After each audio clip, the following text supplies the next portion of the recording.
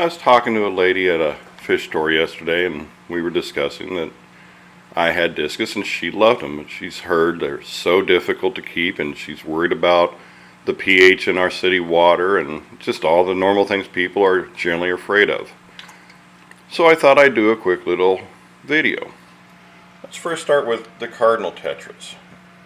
There's 30 of them in there. They are all wild caught. And we have an Ultim Angel, who is wild caught. We have 2 wild caught Alencar discus. They are in the country maybe 6 months now. They're doing wonderful. As you can see, nothing wrong, and those who've seen the other videos and maybe my Facebook page know that they had some scars from shipping and completely healed up and just absolutely gorgeous. You could see that my tank is pretty respectably planted. Water Sprite, Anubis, Swords, Kabamba, all different things. There's also a very good healthy layer of algae growing on all the rocks on the bottom. It's actually very good algae growth on the back of the tank. I do have all my filtration turned off right now for this video, and I'll turn it on in just a second. Right now, the water alkalinity in the tank is 7.5 pH. It comes out of my tap at 7.5. I do nothing. There's no tannins in there. There's no leaves in there. There's nothing in there to decrease the pH and bring it into acidic level. It's very much alkaline. It is what it is. All I do when I'm doing my water change is add some prime into it to make sure we get out any chlorine or chloramide that might be coming into it from the city. It's real simple. My philosophy on a fish tank is the simpler it is to maintain it, the better. The more enjoyment you get out of it. Now, yes, I've in it all the time redecorating. As you can see from videos from day one on, I've changed the aquascape quite a bit. I'm really liking the way it looks right now because it's starting to get that forestry look in one area. Not sure what I'm going to do in the middle. If anything, I might leave that open for a good display area. The far side's starting to all fill in with all the swords and val and everything else that's in the area. Water change, it's 20%.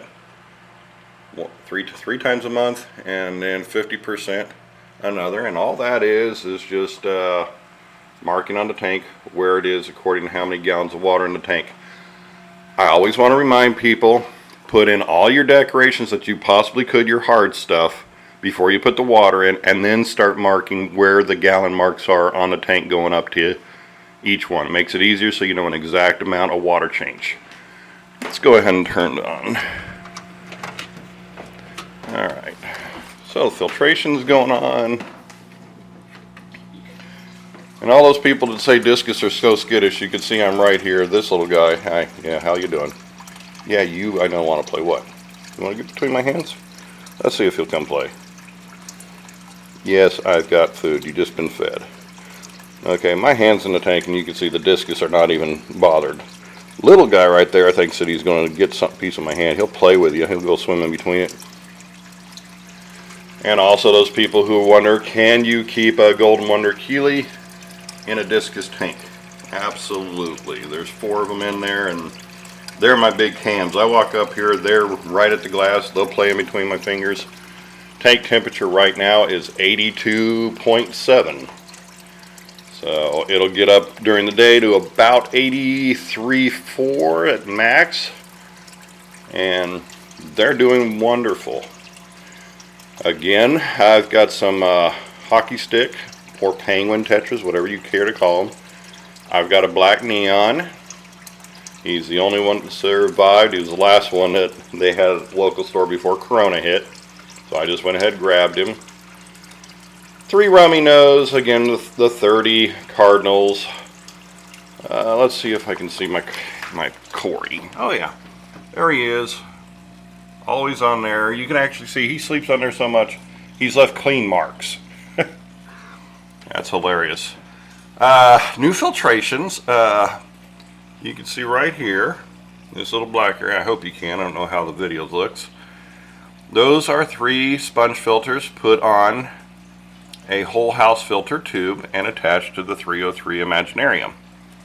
So add a little bit more filtration. The Hikari 75 is still right here down at the bottom, and that's what's creating that bubble wall right there.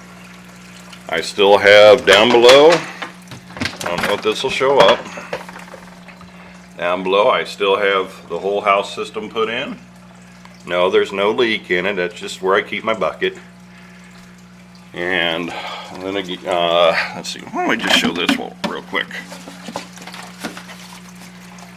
In case something ever goes wrong, I'm sick or something, one of the 1 gallon jugs I use for filling the tank up with hot water if needed during winter, and I'll use it for mixing the fertilizers and everything else, is right there. Just simply took and I put all the ingredients and dosing for the tank. So that if something goes on, I have to have somebody come change the water, do anything for me, or my wife needs to do it. It's there, you know, it's a safety plan. You never know what happened. I might break an arm, might break a leg, heck, you might get corona. You don't know. You need to have a plan to take care of your animals. They're like children. They didn't choose to come here. We chose to have them. We need to take care of them. So, you can see the tank running now. But again, like I was trying to explain to her, as long as you can acclimate the fish, do your weekly water changes. 20% does not take me anything with the way I've got it hooked up. You can see the other videos. Plug the hose in right there, drain it out, turn it on the water, fill it back up.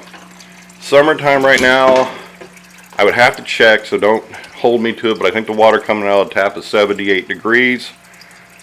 I can do that right now, and it'll get up to the mid 80s in about an hour after a water change, and probably even less than that. During the winter, yeah, I've got to get some buckets and bring some hot water in with it, but a water change on this tank takes 20-30 minutes. I might actually do the video of it today just to show you how boring it could get. You can see again, I can't emphasize this enough, because I hear from so many people that know I've got discus and Altums how shy they are, how timid, they run off, they hide, you never see them. Yeah, come on, run away, I dare you. Yeah, this little guy here, he thinks he's just going to eat everything. They don't. They're like a dog or a cat. Once they get used to you and know that you're either food or friend, or don't pose them any danger at least, they're going to come out all the time. Some that saw the videos and the pictures on Facebook of how damaged these were from shipping, they've all healed up so pretty. Right now they are more in their brown coloration. This one right here, I believe, is my male. I'll turn your pin so I can see. Yeah, that's the male. And you could just, yeah, hi, how you doing? You can see how they look. They're just beautiful, doing great. Cannot even ask for better. Again, I'm going to give a shout out to Freshwater Exotics. Just, boy, you guys did a great job with them. They're beautiful.